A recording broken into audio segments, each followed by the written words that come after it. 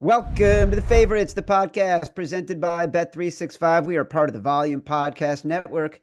I am Chad Millman of the Action Network, and I'm joined, as always, by my co-host, my companion, my compadre, my BFF professional bettor, Simon Hunter. Hello, Simon. Chad, how we doing?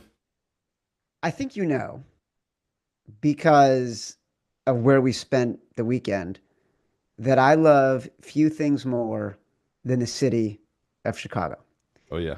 And today, we have a staple of the Chicago sports scene who, like so many people from Chicago, has gone on to incredible heights, higher than the Willits Tower in his career, because Chicago sports fans are so good at turning their fandom into content and turning that content into gold.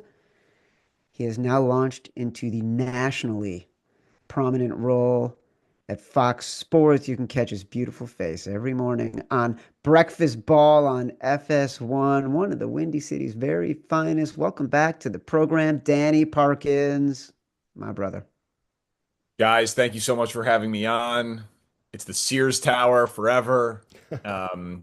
You said beautiful face, so I know you're lying, but I'm thrilled No to one be watches back. this, so it doesn't matter. That's true. Thank you. And yeah, it is true about Chicago sports fans. They're the best, and the content, if not the winning, they forgot the winning part, but the content that the teams generate is world class, and the city is, of course, as well. What's going on, boys? So we had an event, a live event with listeners. A few hundred people showed up to Joe's on Weed. Oh, The classic. classic, right? Just the best. Every single person, when I would mention we're doing an event at Joe's on Weed, if they have any connection to Chicago, they'd be like, just the best. Like they've seen a Yeah, show there that I they got love. hammered with the old CFO of my company at a holiday party at Joe's on Weed. That was a good time. Um, it also is just like the bar name lends itself to a good time, Yes. but there is really Weed Street, but they lean into it in every way. Big bar, dive bar, reasonably priced drinks, the ability for live entertainment. Yeah, very, very, very good spot. Seen some good music there. Had some nights that you forget there. It's a good time. Very good time. Simon had a night he forgot there. Simon disappeared probably about 2 hours before I thought he would disappear. Do you remember why you disappeared? For a woman, but I told you, Chad, I'm not a huge drinker. And I literally woke up, went out with clients, drank mimosas, and then we started boozing out. I don't even know. Not we, I should say me, like 1:30 at this party. Party didn't start till 4:30. By the time it hit 8, 9 o'clock, I was like, okay, I'm about to start saying things that I can't say at a company event. So I made the right move. I got out there at the right time. I did the I love you guys on stage, and then I just disappeared into the crowd. It's Little true. Irish exit by Simon. I respect Yeah. it. It was an Irish. So on Friday night, Danny, Simon wanted to go to the White Sox game, and it was You were opening the weekend. one. We told him that would be a terrible idea. I told him you might as well go to Northern Indiana on the coldest day of the year. Were we too harsh? Well, I mean, the food is great. That's what I was going to go Uh, for. Exactly. Thank you. yeah, the food is great. The craft beer selection is fantastic. My guys out in the 108 are really cool. Sox fans are a good time. Um, you know, so listen, I could think of worse things to do, but let's put it this way. I've got a few weekends already booked to go back to Chicago this summer, and the White Sox are not on my agenda. So I can think of other things that I would do, but if I'm not going to yuck your yum. Some people like chocolate, some people like vanilla. There's nothing wrong with it. Fair enough. All right. And As a let's give reminder, White the Sox the Favorites flowers, podcast. Chad. They're 2-2. You know who's 0-5? The They are Braves. two. They are 2-2. They are pacing to not be the worst team in the history of baseball again. Yeah. No, that's good for them. As a reminder, the Favorites podcast is presented by Bet365, and new Bet365 customers get $150 in bonus bets when you bet $5. Sign up using promo code Favorites, deposit $10, place a bet for $5 to get $150 in bonus bets. Those bonus bets can be used on spreads, totals, player props, futures, and more.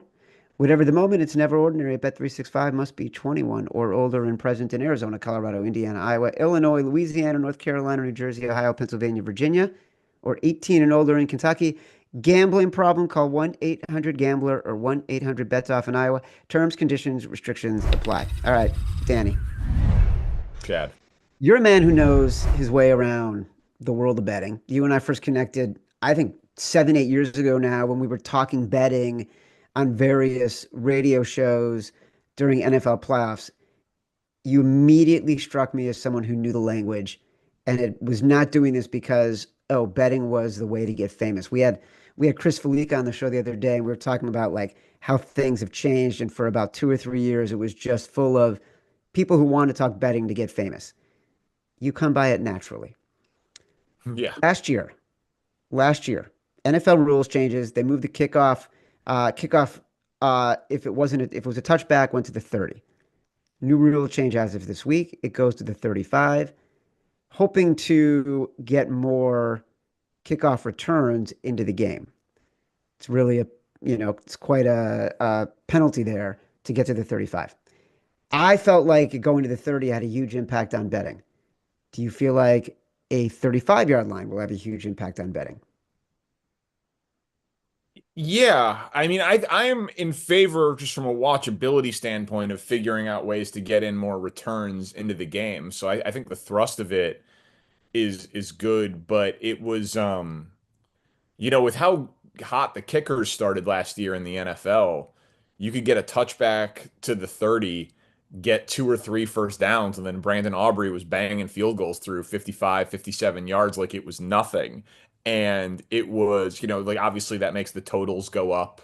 And that's a place where you can see it. You could put more of a value on teams with strong kickers. I advocated for the Arena League actually and like the narrowing of the uprights because that was like the unintended consequence that I just didn't like about it was that it felt like the goal was to make kickers less impactful to make for more returns and exciting plays on special teams, but it made them matter more because we saw more field goal attempts and we saw more long field goal attempts. And I'm just not interested in that at all, both from a gambling perspective and a watching the game perspective. Like if I play fantasy football, I want to play in leagues that don't have kickers because it's just not a part. It's not a fun part of the game for me. So I do think that anything that is an advantage to the offense, especially with how kickers are performing nowadays. It's a thing that will get baked into the totals probably, and it'll make the expected points in the game go up. Simon, I think this plays to our advantage. I do. I feel like I was already leaning towards regression, meaning last year was such a heavy favorites year. We were worried that could this be a sea change? I don't think so anymore. As I've been doing some off-season work, I'm starting to think more and more that this will regress back and this could have been an anomaly. And I actually think this plays to our advantage because I do think there will be more returns and fewer teams who are putting themselves in a position to have to defend offenses that are starting at the 35-yard line. And that's the biggest issue, Chad, is that I'm honestly going the other way. I think it might be even more chalky. I just think they did the wrong thing. They should have pushed it back 5 yards and move it up another 5 because it's like we just talked about. All right, a team gets about the 35, right? They get a first down. Let's say they pick up 12 yards. So now they're 3 yards away, 4 yards away from the 50. It's completely changed the game. If you have a quarterback like Jaden Daniels, like, Mahomes, whoever, you're going to keep going for it on the fourth downs if you're at midfield because it's just worth the risk, right? And we already talked about it. It's these teams with these great quarterbacks, they're happy to trade fourth down failures for their team kicking threes, right? The other team gets the ball at the midfield, they kick a field goal. That's a win for them. Like they're going to get the ball back and they might get it back again at the 35. So to me, I'm going to be really busy the next 2-3 days, Chad, because a lot of books have already put out their basically divisional odds. I'm going to be taking heavy positions on favorites like the Bills, the Chiefs, the Houston, these teams that, we already think they're the best in the division. these to me, this kickoff only helps those teams that have the great quarterbacks versus the teams that do not. Like the difference these quarterbacks now, we've seen it now. Like we had the data after last year's season. These teams were just so willing to go for it. I mean, I can't tell you how many times teams went for it, Chad, on their own 40, on their own 38 when they're winning. Like we never seen that in the history of football. We saw it multiple times happen last year, and it's going to be even more extreme to me. So, yeah, very, very unique time period we're living in right now, Chad, because they're just doing these little rule changes, but it's becoming a big deal for someone like me and you that we love betting dogs. I fucking hate betting favorites, and we have to bet favorites. I'm telling you, we're gonna have to suck it up, brother, and just bet favorites I next think year. that's such an old school thought, though. Like, I hate betting favorites. Why? If they win, just like you just have to know the trend, right? Like it used to be that it was fun to bet dogs because like if your premise holds, right? Like I don't care what side I'm on as long as I think it's the winning side. Like if the value is in laying 6 because the spread should be 7.5, I have no problem with that. Like I think like it used to be like Scott Van Pelt was like fade the public and like sure that's a good idea in the aggregate. Like bet underdogs, sure. Like but I think to your point maybe that's not going to be the case for the next 5 years. I certainly wish that I had had more chalky picks in my NCAA tournament survivor pools and my brackets. You know what I mean? Like there's something to recognizing where the trend is going. It's an obvious point. Like I know this isn't what you're talking about, but like what's happened in college basketball right now with the NIL money being spread out amongst the Power Five schools, so the smaller schools just don't have the money to keep the players. It makes perfect sense that this would be a year where the SEC and the Big Ten and conferences like that would dominate and advance their teams. And so I wish that I had thought of that and like taken a harder position on it. Like, I'm Houston's done well for me and like, I'm doing okay, but I'm not as beholden to like the smart play is backing the underdog. I'm not sure the smart play is to know where the trend of the sport is going. Because I had a great year in the NFL last year, like 65% on the show, and people would in my mentions, like gambling Twitter was in my mentions. Oh, you're laying the wood on 3 favorites in week 14. And then I'm like, yeah, have you seen how the season's been going? And then I'd go 3-0, and then of course it's crickets. Like I think you got to be nimble with that sort of thinking. And if you're right and there's edge here on if favorites being undervalued again, I wouldn't hate it. I'd cash it. But that's the problem though. It's not. I mean, Danny, it's not this easy. Like that's the issue. Like I'm in line at the book.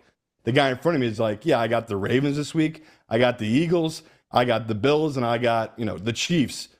All right, back in the day, that guy would be lucky to go 2-2. He was going 4-0 every other week.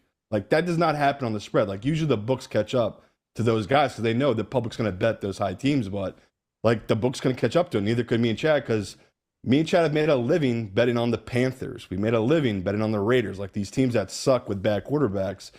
But like you just talked about, the game has changed so much because these teams now are just like, fuck it, we'll go for it on fourth down at our own 40 because if we fail here, we'll stop them. They'll kick a 3. We'll get it back. We'll go drive the field, get another 7. Like it's just totally changed. So I'm with you. It's just I'm trying to catch up to it because I don't mind betting favorites.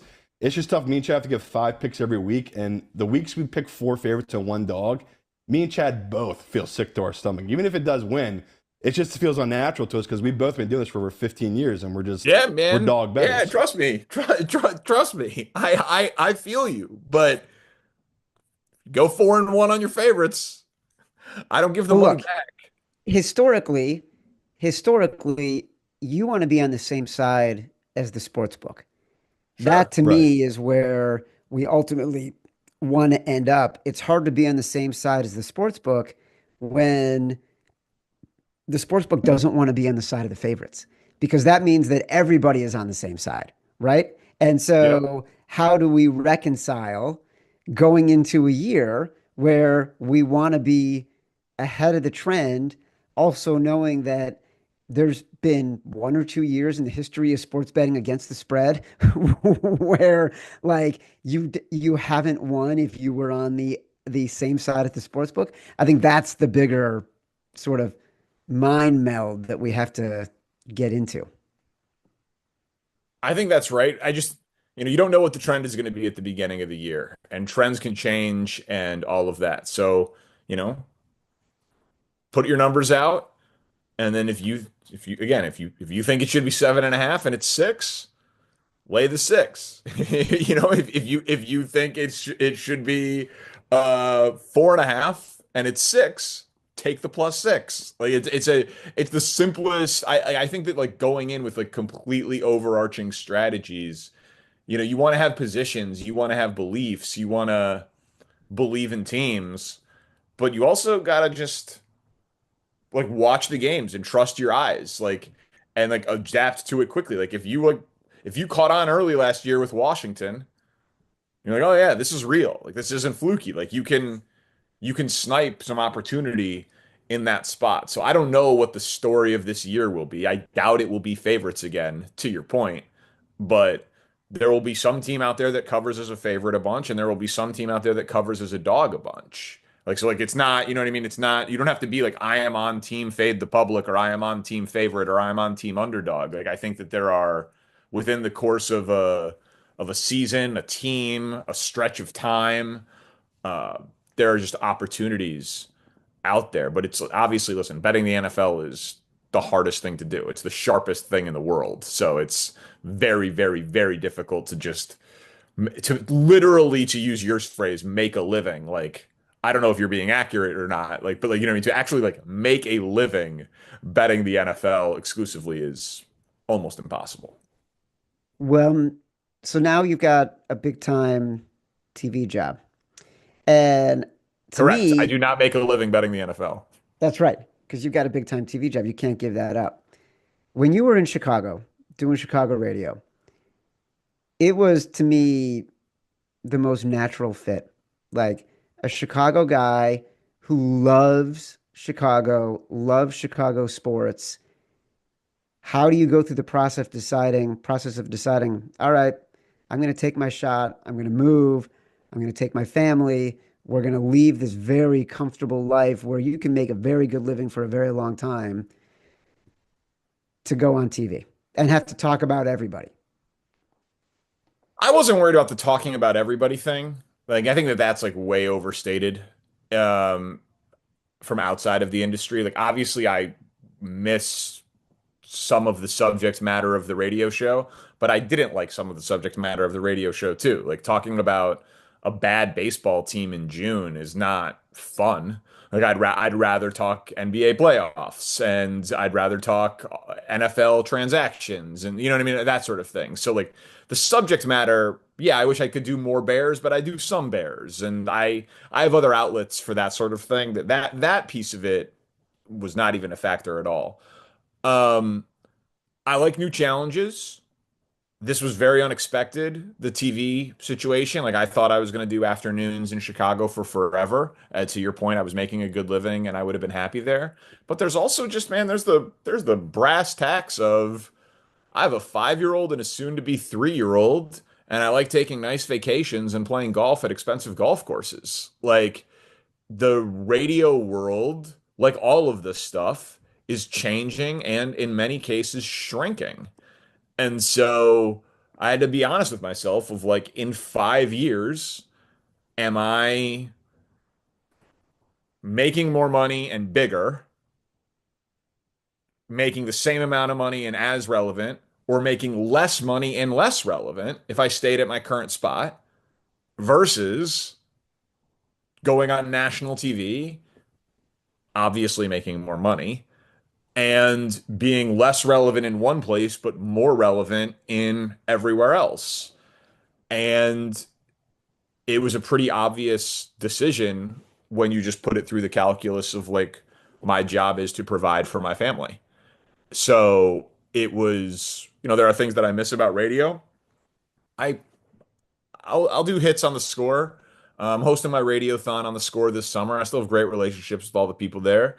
I filled in for Mad Dog on Mad Dog Sports Radio. When we do that again this summer, so I still get to scratch the radio itch, and who knows where my career goes or where the industry goes. But I mean, just on like the brass tacks of the bottom line, it was not a difficult decision. Do you feel like the relevance has changed? Is there a tangible feeling from being on television on FS1 that you experience on a daily basis? Is it social media? Is it people stopping you on the street? What does it look like? Well, I mean, like I'm so new to TV compared to radio that like, I definitely get like stopped on the street more in Chicago than I do in New York City. Just based on like years of time spent and like the consolidation of your audience in one place versus now it's in so many different places and so consumed on digital and all of that. But like, but Nick Wright gets stopped in 100 countries. You know what I mean? Like, so like there's a pathway to that part. But again, I'm happy to sit at home and play golf and like that doesn't really do it for me. But like you definitely feel. Listen, radio is super personal. You're in people's cars. It's like very like one-on-one. I can talk about my kids. I can talk about embarrassing failures around the house. Like they know you better in radio than they will ever know you more personal level on television. And so like that connection is definitely something that I miss. And in radio, we had a text line. So like a live interactive text chat with your audience. That is absolutely not something that exists on television. So yes, like if you want to like get a thought to me on my sports take on television, you've got to be watching it live and then tweet to me, and I have to check my mentions in a commercial break that is 3.5 minutes when I'm getting ready for the next segment and I'm sitting next to Mark Schlereth and Craig Carton and I got a producer in my ear and I got makeups being touched. You know what I mean? I am not really interacting with an audience while live on television. And so you can choose how much you want to like consume the feedback to TV. It's like they post clips on Instagram and Twitter and TikTok or wherever. Like, and if I opt in to the feedback by reading the comments, then I can get some of it. But like it's also a lot easier to remove yourself from the critique and feedback of your content on television, which is like pretty healthy, honestly. Um, so again, to be clear, I'm talking out of both sides of my mouth. Like I miss some of the relevancy and the live interaction and the live feedback of radio. It's exhilarating where it's like you're getting live feedback, where people are making jokes, participating with your topics and like participating in it and building. Like that's the beauty of radio. Um, so that is not something that exists on television, obviously, but it's a lot healthier to just like here's the topic, prepare for the topic, do the best job you can on the topic, and then keep it moving. Like that is a much healthier way to interact with feedback. Because then the majority of the feedback that you do get in real life is someone coming up to you on the street and being like, "Hey, what's up, man? I love the show. Love your work. Can I get a picture?" As opposed to some of the crazy negative shit that you'll get on social media, which to be clear, I still get. I get a lot of it. But you have to, if you get it, you're seeking it out. And so then it's like, well, you can't let it bother you. I seeked it out. If I didn't want it, I could just ignore it. So I hope that answered your question, but it's very different. Yeah, well, it's fascinating, and you're right about the radio stuff. There is an intimacy there. Oh, And it's the because best. It's you're it's the going for best. so much longer, you've got to fill so much time. Your tone is different. It's not as performative as television. Yeah, there's not as performative, I think is like a negative connotation. There's definitely performance to television, no doubt. I would say that there's a performance to good radio also. Um, but it's just you've got 4 hours a day, 5 days a week, local radio especially, Bears, Cubs, Bulls, White Sox, issues that affect Chicago are your main subject matters. But some days it's like, all right, it's May 19th. The Cubs are 2 games over 500. The White Sox are 9 games under. The Bears haven't done anything. The Bulls and the Blackhawks are eliminated. And it's like, let's tell a story about parenting.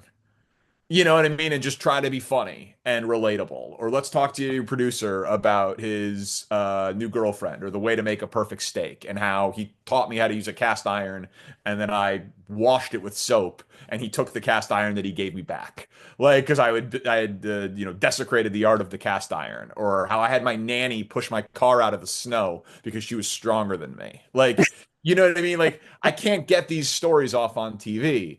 And so that it's the personal nature of talking about your brother with brain cancer, talking about your new child, talking about the stupid argument you got in with your wife. Like all of that is super relevant uh on radio and in some ways in podcasting. And there's just no lane for it when we're talking about where Aaron Rodgers' next team is going to be. I think the And I do fans miss listen to that. Like radio. I do miss that, to be clear, but I don't miss it enough to like be like I took the wrong job. Like you know what I mean? I'm fine. I'm fine with By it. the But that way, is something that is different. do you have an opinion on where Aaron Rodgers should go? At this point, it's basically the Steelers or nothing. Yeah, I mean, I said the Steelers at with like a week to go in the regular season. Because my whole thing on Rodgers was he just dominates the news cycle so much that it's exhausting talking about him if he's on a bad team. And apparently it's impossible for the Steelers to be bad. Like they can't win in the playoffs, but at least they will play games that are on Monday night, Sunday night, Thursday night, and they will win more than 50% of them because Mike Tomlin's never had a losing year. And so at least you can like justify talking about Aaron Rodgers and Mike Tomlin. It will be interesting. Like the Jets stopped being interesting in week 4. Um, and so the Steelers, okay, we'll get 2 games against Burrow. We'll get 2 games against Lamar. He'll go to Chicago to play the Bears. The Packers will go to Pittsburgh. Like Aaron Rodgers and the Steelers will be worth our collective attention and oxygen if he's in Pittsburgh. And I mean, it was just such a waste of time uh, with all the amount of time we spent talking about the guy with the injured season and the 5 wins last year that I kind of like grew to resent it. So Pittsburgh is where I want him to go because I know as long as he's playing, we're going to be talking about him. Uh, have you come to a consensus on the Chicago Bears winning the offseason and what that For the means third straight year, by the way. for the this Please was the don't topic. undersell they talked about the Chiefs not being able to three-peat. Yeah, There's an active three-peat. there is. It's pretty impressive actually. Thank you. When we were in Chicago, so many Bears fans, and every single conversation I had was, we won the offseason. And I'm like, you know what? We won the offseason when 2 years ago I bet him at 50-1 to win the Super Bowl. It got down to 20-1. I'm like, I am so ahead of the market. This is our year. DJ Moore is the exact solution for Justin Fields. Didn't happen. Last year, I didn't get ahead of it. I did not bet the Bears over 8.5 wins. I was never disappointed because I had very low expectations. This year, I'm trying really hard. I am like really trying to be the smart, thoughtful Bears fan who doesn't get ahead and believes that all of a sudden we fixed everything because we spent money on a coach. What kind of way is that to live? It's Now, health. It's now for healthy. listen, for gambling purposes, that's totally fine. And this is a gambling podcast. Yeah. So fading Bears optimism is a very profitable strategy historically. So from that standpoint, I want to be very clear. I support fading Bears optimism. Feel free to take your unders. Um, but like, man, life is too short to not believe that the next solution could be the one. That's dumb. Like, I wanted the Bears to draft Deshaun Watson. They drafted Mitch Trubisky. We ended up both being wrong. They should have taken Patrick Mahomes, right? Yes. Then I wanted them to trade up for Justin Fields. Like, I supported that trade. I threw a QB1 party celebrating the arrival of the Bears having a franchise quarterback after he had 175 rushing yards against the Dolphins. That was a very exciting game. In hindsight, I should have been a little bit more measured because it was a rushing performance, not a passing performance. But like, what if you then be like, well, I can't fall for Caleb Williams because of Mitch Trubisky and Justin Fields. It's like, well, that's boring. That's then you're defeated. Then you may as well go be a, you know, go go be a Lions fan. Go be a Commanders fan. Like that's dumb. So from the gambling standpoint, I'm here for the cynicism. Like I hear my guy Big Cat being like, "Oh, I'm not 6 out of 10 excitement. I'm not going above 6 out of 10 excitement." I'm like, "Well, why?" Like that's part of the fun of fandom. Colin was, fan is short for fanatic. Like it's you gotta fall for it. If you don't fall for it, you honestly shouldn't watch sports. You should just Look, stop watching sports. here's what I think we have going for us. I think the fact that ownership, and this is terrible to say, but the fact that Virginia McCaskey passed away, I think changes some of the feelings around the team and how this team is managed. And who knows what happens next? Don't give me that face because that has been that is the McCaskey family's ownership of this team has been a challenge since 1985.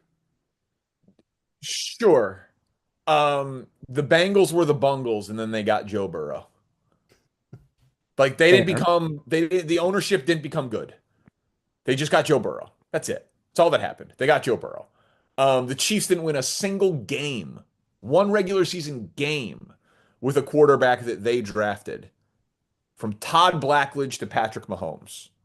That was the like now they won, Trent Green, Joe Montana, Allen Smith, but like things change. Things change. And so I think that Kevin Warren and the business side paying Ben Johnson a bunch of money is obviously a departure from their history with coaches. I think that's totally fair. But Matt Nagy was a hot coaching candidate. They hired him. John Fox had won a Super Bowl and was relatively expensive for the time. They had hired him. Like, they haven't gotten it right at coach and quarterback my entire life. That's impossible. Now you can say, well, the common thread there, dummy, is the McCaskey family, and I'm with you on that, like to a certain extent. But I just think that like if Caleb Williams is awesome and Ben Johnson is awesome, Virginia McCaskey could have lived to be 140, and the Bears would have been awesome. Like like I really do think that like you have to get your quarterback and your coach and then everything else you can kind of figure out. And I'm cautiously optimistic that they have their quarterback and coach. But again, I've felt that way before. I Cautiously love the optimistic, Matt Nagy hire. cautiously optimistic, or rabidly over the top, having a good time optimistic. Okay, so here's the other part about it. Now, like there are some people in our line of work, we'll say my line of work, the opinion space, more local And we're than professional capital J journalists over here.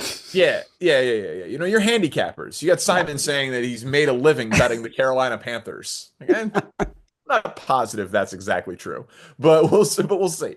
Uh, I some people are not willing to like make a prediction on the front end and be wrong. Like they're like, well, I'll just like kind of play it down the middle, and like there are literally hosts that I have worked with in Chicago that I don't make predictions. I don't pick games. It's like, man, I am totally comfortably being wrong because I've gambled my whole life. Like I know that you could be great at this and be wrong 4 out of 10 times. So Ryan Poles has done a lot of the things that I said I wanted him to do on like the front end. I wanted them to draft Caleb Williams. I wanted them to draft Roma Dunze. I said they should have taken Jalen Carter instead of Darnell Wright. I wanted them to take George Pickens instead of Jaquan Brisker. I wanted them to hire Ben Johnson. So like, a couple of picks he didn't do, but the big ones he did. So like I feel like they're doing this the right way. They upgraded their offensive line significantly in the offseason. Caleb Williams got sacked 62 times last year, and he was actually pretty good. Like if you look at, I did it on the show. If you do quarterbacks who have been sacked 60 or more times, like those seasons, and then you look at their touchdown interception ratio and like passer rating, his is the best by far. Now it's not good players. It's David Carr. Randall Cunningham was awesome, but his season where he got sacked 60 times wasn't. And a couple of other guys who had disaster seasons. Like I think for the fact that that happened to him as a rookie, they fired his head coach, they fired his play caller, they lost 10 straight games, including in some just ridiculous fashion, like that Hail Mary. And he still at the end of it started 17 games, showed toughness, showed poise, showed improvement, and only threw 6 picks. Like I think he's a stud, man. I really do. And Ben Johnson was the best coach they could have hired. So I'm as optimistic as I am allowed to be. I'm not picking them to win the Super Bowl, but in terms of the long-term outlook of the Bears, I think they're clearly still a buy. Like I think that their next 5 years are going to be very good, and they're going to win a lot of games. Well, now I'm turning it up to 11. I I'm was just at saying, 5. like, Now I'm at 11. what other than the uniform is cursed and it just never works out, and so I should just be cynical because that's my nature. Like, what about the Bears do we not like? I feel like that's enough. See, I The, disagree. I feel like a That would have had you generation of losing money pain. every day on the 2016 Cubs. I love the 2016 Cubs. That is But a why? But why? moment. They had never won before. They were cursed. Yeah, and then they got over it. So you're saying that the Bears will get over this. I'm Yeah. saying I'm gonna in 2016, my enthusiasm for the Cubs built over the course of a season. My enthusiasm for the Bears will build over the course of a season. But yours, okay, but see, this is again where we disagree. Coming off of the 2015 Cubs, they won 97 games. They were a good team. Yeah, So now the Bears, you Danny, say they were not a good team. The Bears Danny, have things going for them. let me give you some context. And I know Simon wants to jump in here because he wants to hear about something other than the Bears. But let me give you context right Like now. what? You just talked about your beautiful family and wanting to provide for your family. Let me give you a scene, okay? It's 2003. My first son is 3 months old. I'm Yeah. living in Manhattan, Midtown, on the east side on 57th Street between Lex and 3rd. My wife is sleeping. It's 11 o'clock at night. I've got my son sleeping on my chest, and Bartman happens. Like, Yeah. I've got the scars over a lifetime where I will not be enthusiastic until it's time to be enthusiastic. Listen, I was in high school. I almost cried. Okay, like I understand. I was way too old to be crying or on the verge of tears over a sporting event. But my point is if you have given up hope, then just trade stocks and go to the theater. Like there's no reason to care about sports if you've given up hope. It's unscripted. We don't know what's going to happen. And I don't believe in magic or curses or goblins. So I don't believe that just like inherently the Bears are cursed because they haven't won a Super Bowl in my lifetime. I've seen too many other teams, including the Cubs, overcome it. So and change reputations alone. Now, listen, would this be a lot easier to say if Caleb Williams just had the season that Jaden Daniels had? Yes, it would. Yes, it would.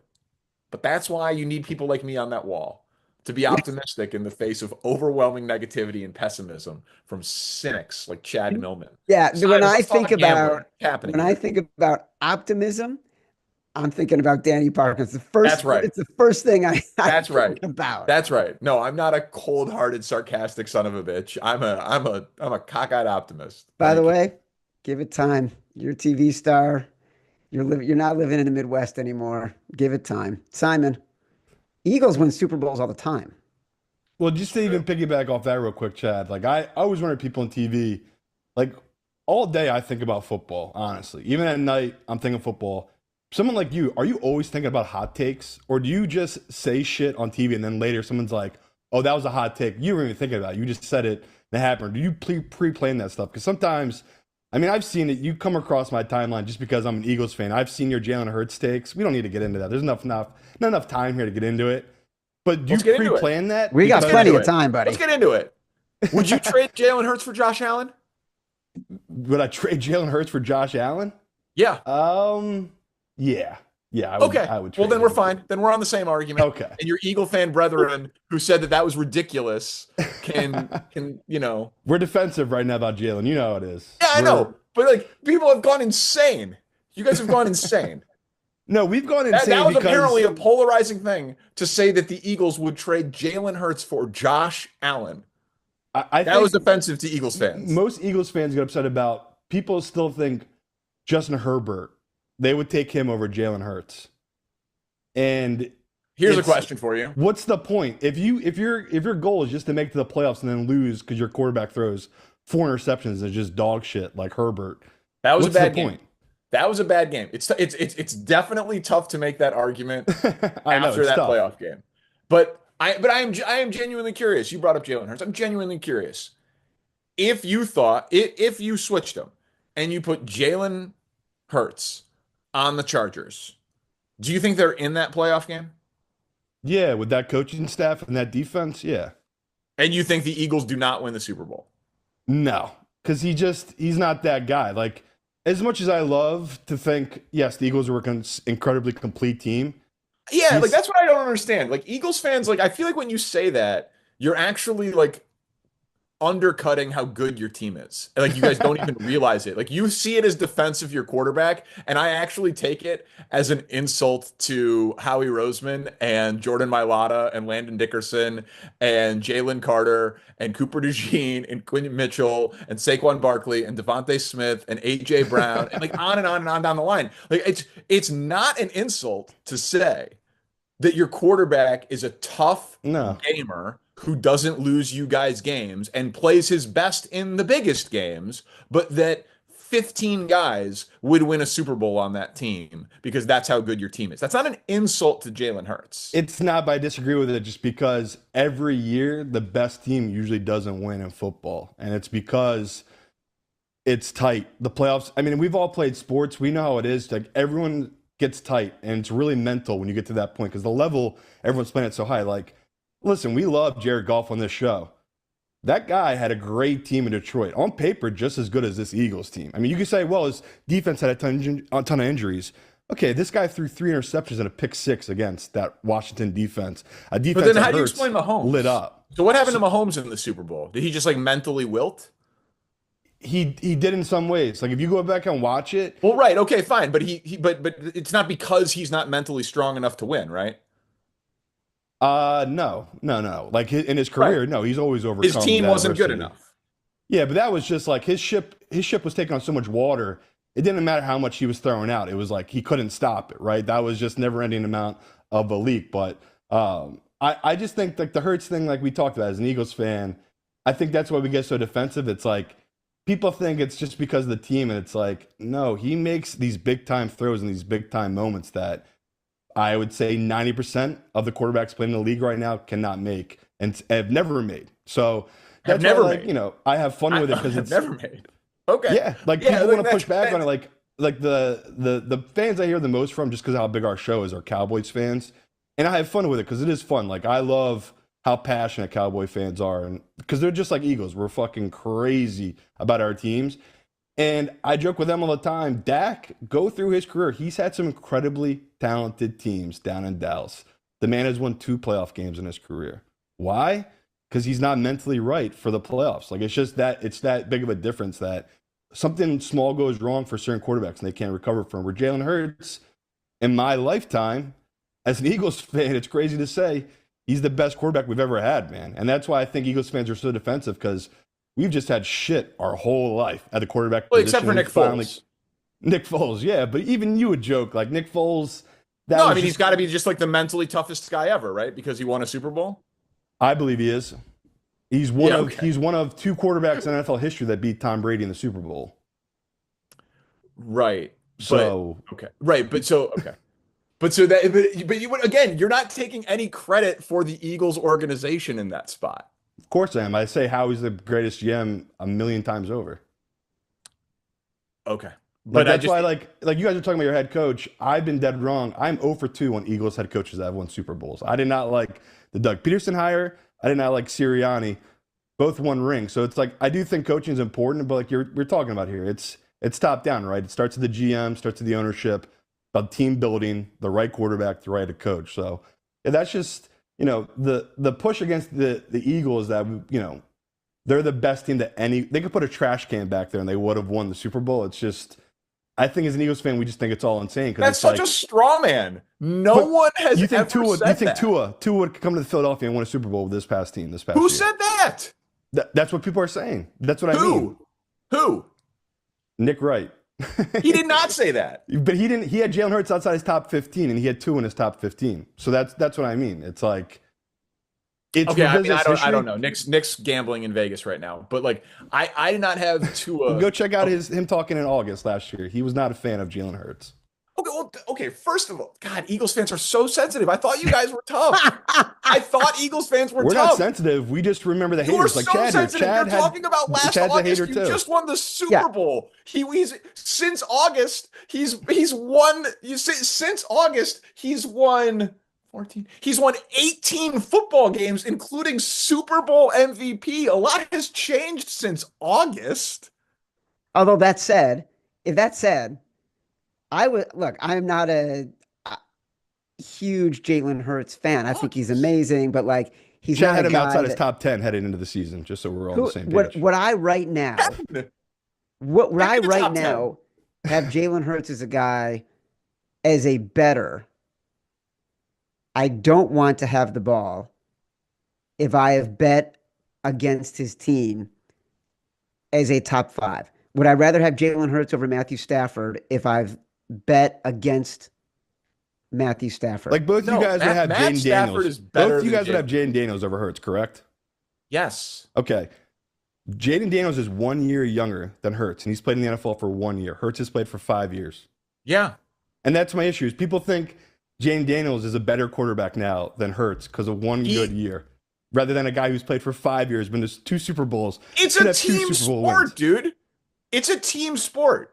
It is, but the quarterback They is were the they were position the the second only worst position team that in the matters the NFL. most. What'd you say? You say it's a team sport, but we all agree the quarterback is the most important position. Yeah, of course. Okay, But okay. In basketball, you're one of 5 on the court and you play for 40 of 48 minutes. So 1 in basketball has a huge impact. Obviously, 1 in football has a huge impact, but it's not like that slice of the pie is smaller, even if it's the biggest slice of the pie, but it's smaller because sure. coaching matters more, because it's 11 on 11, because you're on the field for you don't play offense and defense, right? Like a quarterback is the biggest slice of the football impact pie, but it is smaller than Joker to the Nuggets, right? To Giannis to the Bucks, to LeBron to the Lakers, right? We all understand that. So having the best offensive line, the best I mean, they were number 1 in some defensive categories last year, but we'll say a top 5 defense. Is that fair for the Eagles last year? Yeah. Top 5 defense? Yeah. Top 5 defense, best offensive line, best running back, top 3 wide receiver duo, top 5 wide receiver duo. Like top 5 weapons, top 1 offensive line, top 5 defense. That's not what Jaden Daniels had. Okay, if you want to go that way, then what about Lamar last year? Lamar had the number 1 team in my model, and everyone's model is professional better. He lost at home to the Chiefs. Couldn't score more than 17 points at home. I mean, that's what I think. You're like we all agree. Lamar's a better quarterback. We were just talking about Jaden Daniels v. Jalen Hurts. Yeah, because and now you want to talk about Lamar. We can talk about Lamar. Because you just talked about how much of a team sport it was. And my whole pushback to you was Lamar had a better team on paper than that Eagles team last year, brother. Like anyone you talk to as a model, that team from 2 years ago, that home Ravens team that lost to the Chiefs, who were a 4 seed, that were bad. That was not a good team that won that Super Bowl against that 49ers team, right? Lamar laid an egg. And you could say, well, okay, we'll put that on Lamar. But Lamar had a better team than the Eagles, and he laid an egg at home against that Chiefs team. You're saying the Ravens Hurts, team of 2 years ago was better than the Eagles team of last year, is your point? If you ask a professional better that models it out, yeah, they're graded higher. Okay, I just want to be sure I'm understanding. You're talking about 2 years ago Ravens team and last year's Eagles team, and then doing 2 years ago Lamar Jackson against last year Jalen Hurts.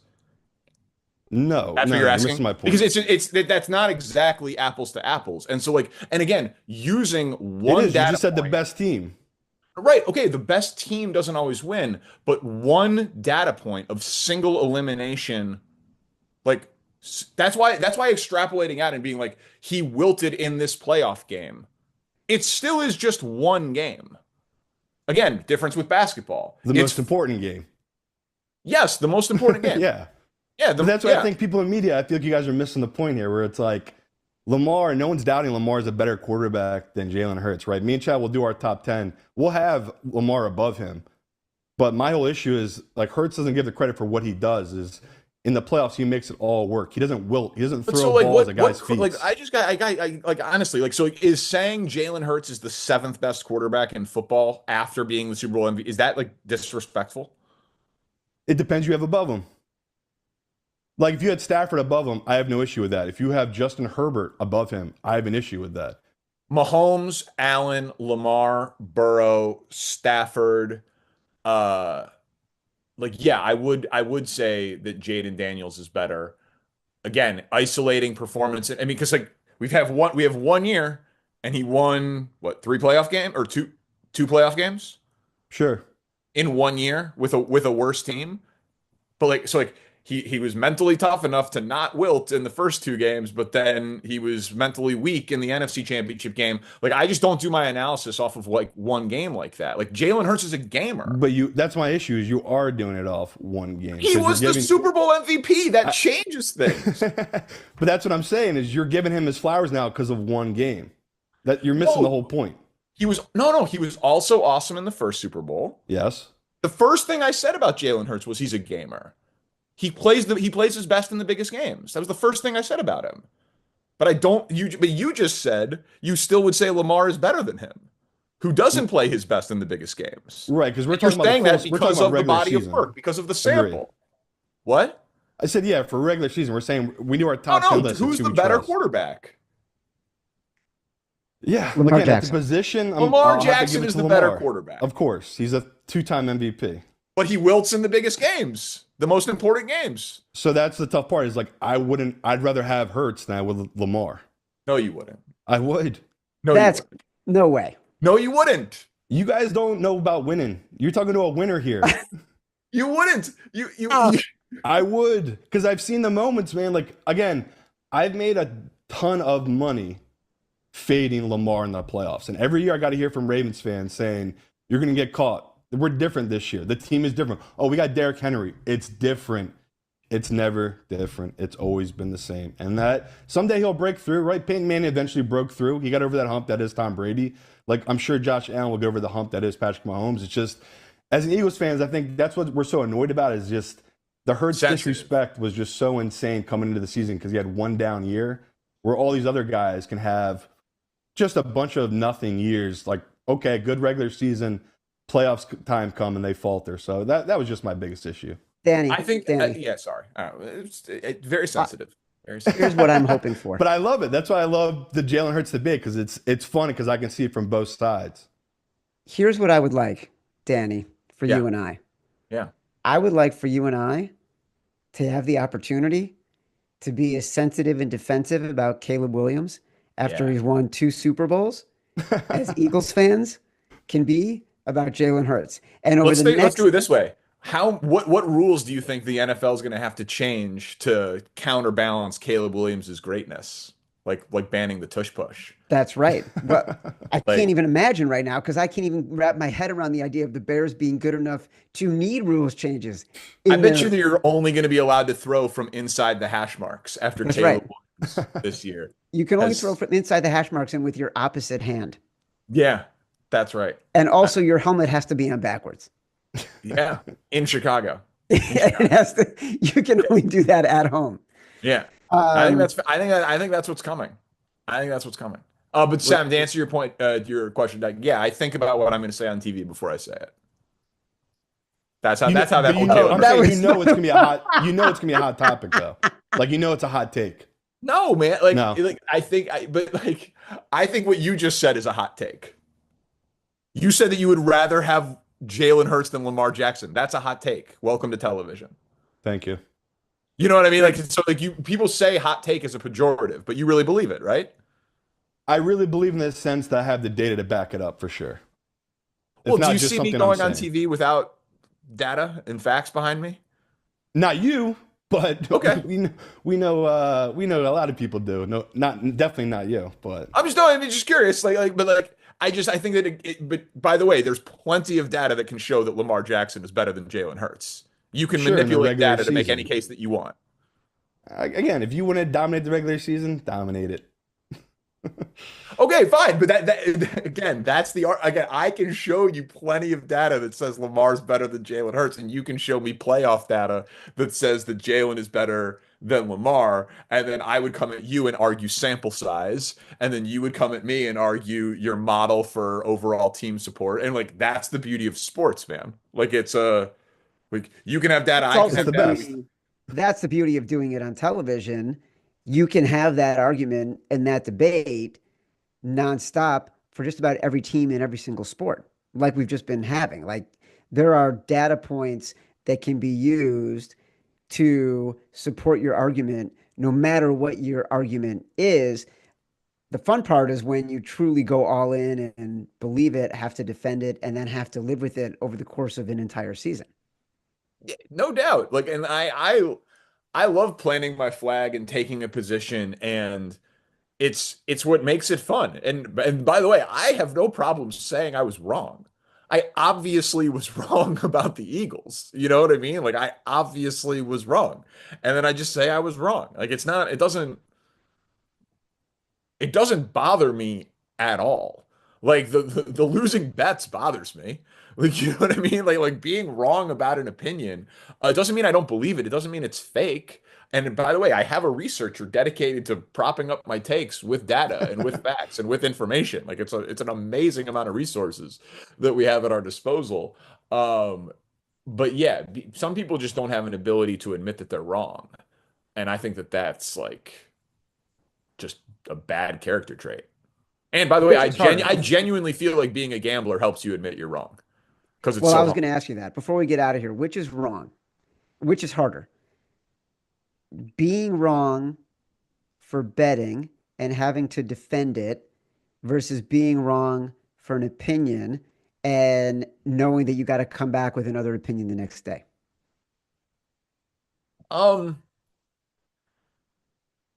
I'm often I'm often betting based on my opinion, and so the two are very interconnected.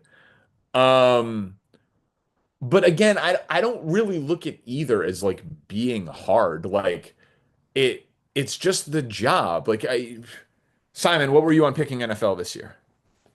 Like personal or on the show. Whichever you'd care to share.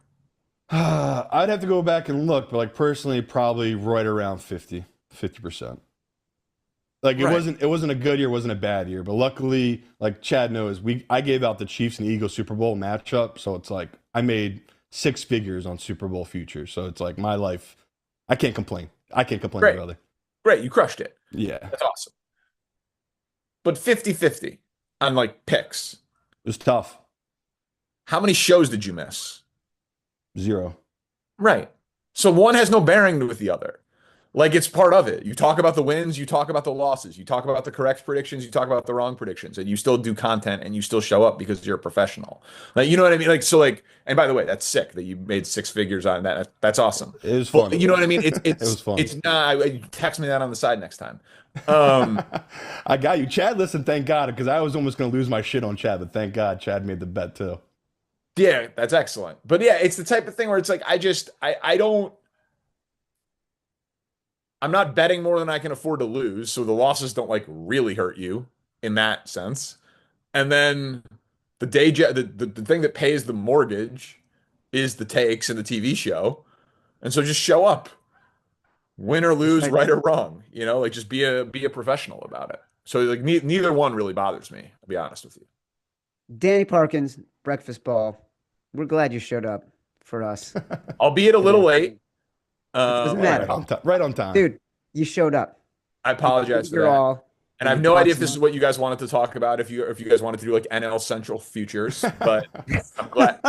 I hope this is what you and your audience wanted. And I really wanted to go deep on the new bats and see how you felt about those, but we'll do it. You know what? We'll do it next time. what Uh, amazing branding! Yeah, It's just that the that's right. word torpedo is fun to say. It's great. It's phenomenal branding. And there was actually a great story in the Wall Street Journal today about the physicist who created the bats. Yeah. And he gave up his career in physics to go Yeah. into coaching and created these bats. And it's brilliant. Kudos to the Wall Street Journal for Yeah, that but if story they were today. if the guy's last name was Mitchell and it was just like the Mitchell bat, no one would talk about Not it. as good. But it's the torpedo bat. Yeah. Like, oh, it's the torpedo bat. Yeah. It's fantastic. I It's love it. incredible. I love it. Like I've Uh, decided that next year it's going to be bazooka bats because bazooka is just fun to say. And also, then there's a great tie-in for bubblegum, and it takes us back to our There you nostalgic youth go. of loving That's what I'm saying. 1970s baseball. That's what I'm saying. As a reminder, the Favorites podcast is presented by Bet365, and new Bet365 customers get $150 in bonus bets when you bet $5. Sign up using promo code Favorites, deposit $10, place a bet for $5 to get $150 in bonus bets. Those bonus bets can be used on spreads, totals, player props, futures, and more, whatever the moment. It's never ordinary at Bet365. Must be 21 or older and present in Arizona, Colorado, Indiana, Iowa, Illinois, Louisiana, North Carolina, New Jersey, Ohio, Pennsylvania, Virginia, or 18 or older in Kentucky. Gambling problem, call 1-800-GAMBLER, 1-800-BETS-OFF in Iowa, 1-800-BETS-OFF in Iowa. Terms, conditions, restrictions apply. Simon and I are back with our next episode of The Favorites on the Action Network YouTube page Tuesday, 1:30 p.m. Eastern, talking Masters and NFL with special guest Kevin Clark. Download us from Spotify, Apple Pods, wherever you get your pods. Rate, review, subscribe. Leave us 5 stars. Say whatever you want. Feedback is a gift. Till next time. Love you.